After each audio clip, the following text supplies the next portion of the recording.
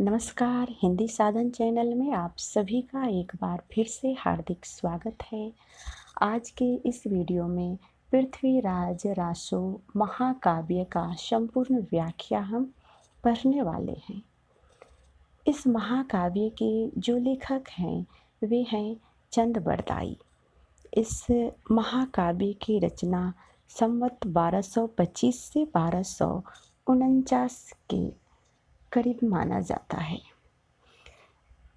पृथ्वीराज रासो यह 2500 पृष्ठों का बहुत ही बड़ा ग्रंथ है, जिसमें से 69 सर्ग या अध्याय तीनों में से कोई भी कह सकते हैं। अध्याय को समय या सर्ग कहते हैं। ये आपको अच्छे से समझ लेना है। अब हम इस ग्रंथ की भाषा पर अगर चर्चा करें तो इसमें व्याकरण आदि की कोई व्यवस्था नहीं है। दोहे की और कुछ कविता छप्पयों की भाषा तो ठिकाने है, पर तोटक आदि छोटे छंदों में तो कहीं कहीं अनुस्वार शब्दों की ऐसी मनमानी भरमार है। तो इस प्रकार से आज हम इस महाकाव्य को संक्षिप्त रूप में पढ़ेंगे। तो आइए हम शुरू करते हैं। चंद बरदाई ये हिंदी के प्रथम महाकवि माने जाते हैं। इनका पृथ्वीराज रासो हिंदी का प्रथम महाकाव्य है। चंद दिल्ली के अंतिम हिंदू सम्राट महाराजा पृथ्वीराज के सामंत और राजकवि प्रसिद्ध हैं। इससे इनके नाम में भावुक हिंदुओं के लिए एक विशेष प्रकार का आकर्षण है।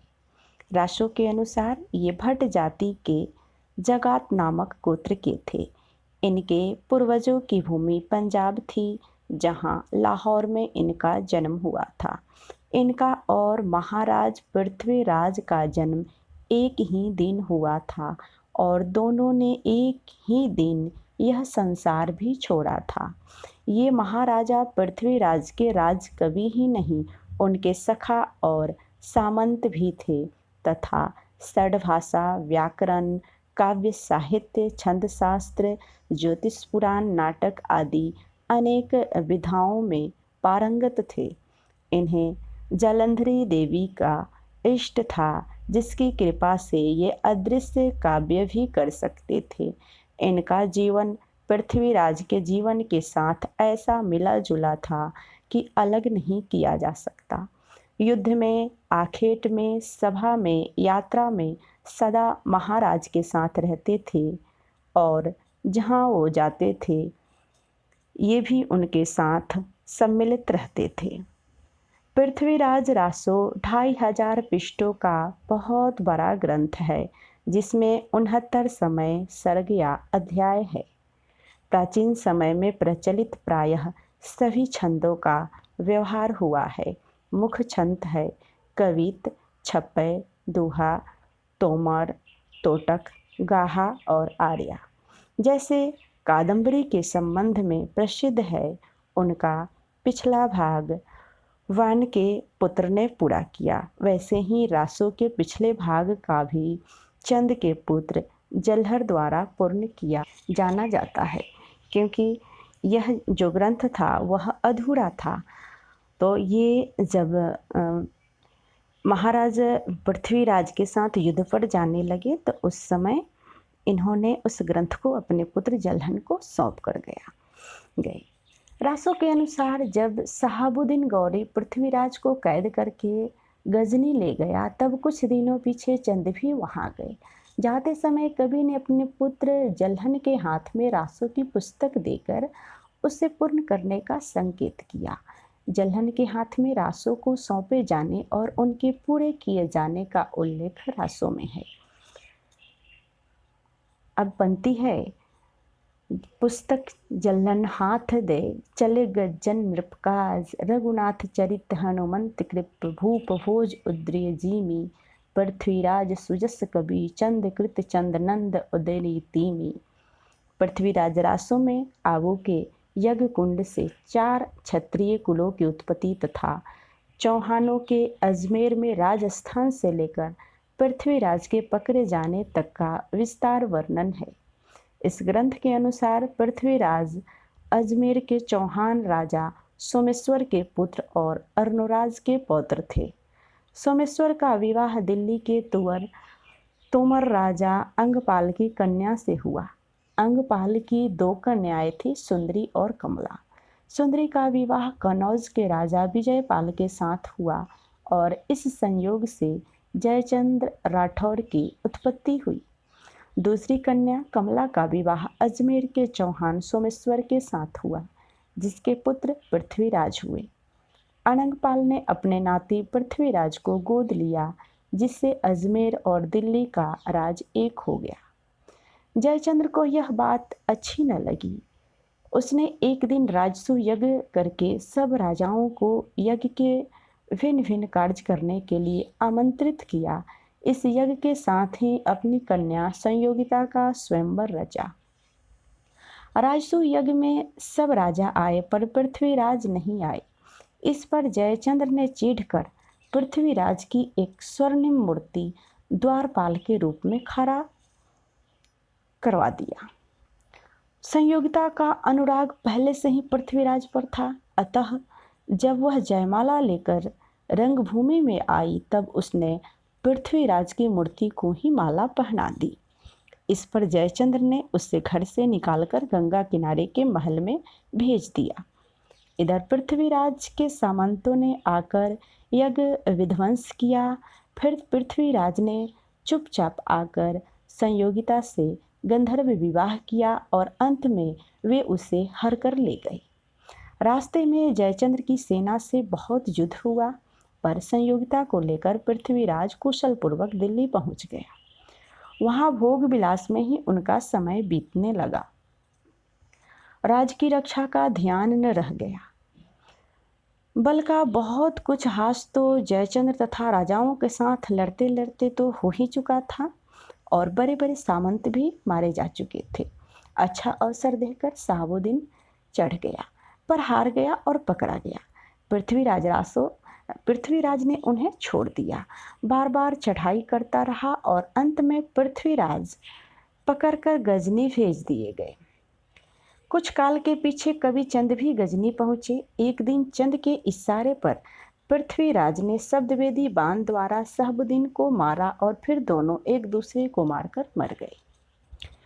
शहाबुद्दीन पृथ्वीराज के बैर का कारण यह लिखता है कि शहाबुद्दीन अपने यहाँ की एक सुंदरी पर आसक्त था, जो एक दूसरे पठान सरदार हुसैन शाह को चाहती थी।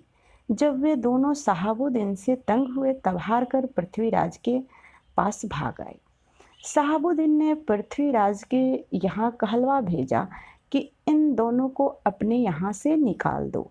पृथ्वीराज ने उत्तर दिया कि शरणगत की रक्षा करना क्षत्रियों का धर्म है, अतः इन दोनों को हम बराबर रक्षा करेंगे।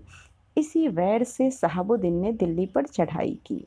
यह तो पृथ्वीराज का मुख्य चरित्र हुआ। इसके अतिरिक्त बीच बीच में बहुत से राजाओं के साथ पृथ्वीराज के युद्ध और अनेक राजकन्याओं के साथ विवाह की कथा रासों में भरी पड़ी है। अब ऐतिहासिक तथ्यों के साथ इसमें से कुछ वृत्तांत जो है वह बिल्कुल मेल न खाता है, जिसके कारण से विद्वानों ने पृथ्वीराज रासों के पृथ्वीराज समसामयिक किसी कवि की रचना होने में पूरा संदेह किया है। उन्हें 16वीं शताब्दी में लिखा गया एक जाली ग्रंथ ठहराया है। रासों में चंगेज, तैमूर आदि कुछ पीछे के नाम आने से यह संदेश और पुष्ट होता है। प्रसिद्ध इतिहासज्ञ राय बहादुर, पंडित गौरी शंकर, हीरा चंद ओझा रासों के वर्णित घटनाओं तथा सम्मतों को बिल्कुल भाटों की कल्पना मानते हैं। पृथ्वीराज की राज्यसभा में कश्मीर के कवि जयानक ने संस्कृत में पृथ्वीराज विजय नामक एक काव्य लिखा, जो पूरा नहीं मिलता है। इसमें दिए सम्मत तथा घटनाएं ऐतिहासिक खोज के अनुसार ठीक ठहरती है। उसमें पृथ्वीराज की माता का नाम कपूर देवी लिखा है, जिस पर समर्थक हंसी के शिलालेख से भी होता है। उक्त ग्रंथ अत्यंत प्रमाणित और समसामयिक रचना है। उसके तथा हमीर महाकाव्य के आदि कई प्रमाणिक ग्रंथों के अनुसार सोमेश्वर का दिल्ली के तोमर राजा अनंगपाल की पुत्री के विवाह होना और पृथ्वीराज का अपने नाना की गोद जाना, राणा समर सिंह का पृथ्वीराज का समकालीन होना, उनके पक्ष में लड़ना, संयुक्ताहरण इत्यादि बातें असंगत सिद्ध होती है। इस प्रकार आबू के यज्ञ से चौहान आदि 4 अग्नि कुलों की उत्पत्ति कथा भी शिलालेख की जांच करने पर कल्पित ठहरती है, क्योंकि इनमें से सोलंकी, चौहान आदि कई कुलों के प्राचीन राजाओं के शिलालेख मिले हैं, जिसमें सूर्यवंशी, चंद्रवंशी आदि कहे गए हैं। अग्निकुल का कहीं कोई उल्लेख नहीं है। चंद ने पृथ्वीराज का जन्मकाल संवत 1115 में, दिल्ली गोद जाना 1122 में, कनौज जाना 1151 में और शहाबुद्दीन के साथ युद्ध 1158 में लिखा है। पर शिलालेखों और दानपत्रों में जो संवत मिलते हैं उनके अनुसार रासों में दिए हुए संवत ठीक नहीं है। अब दानपत्र या शिलालेख जिसमें पृथ्वीराज जयचंद्र और परमदेव महोबा के राजा परमाल के नाम आए इस प्रकार मिले हैं।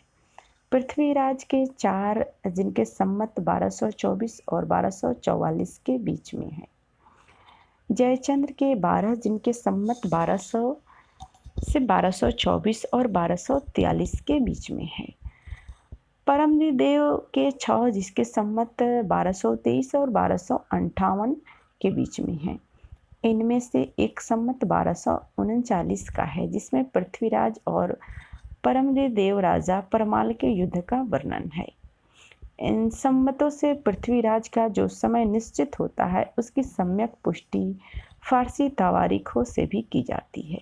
फारसी इतिहासकारों के अनुसार शहाबुद्दीन के साथ पृथ्वीराज का प्रथम युद्ध 587 हिजरी विक्रम संवत 1248 ईस्वी सन 1991 में हुआ। अतः इन सम्मतों के ठीक होने से किसी प्रकार का संदेह नहीं है। तो आज के इस वीडियो में इतना ही। अगले वीडियो में मिलते हैं, तब तक वीडियो देखने के लिए सभी को बहुत बहुत धन्यवाद।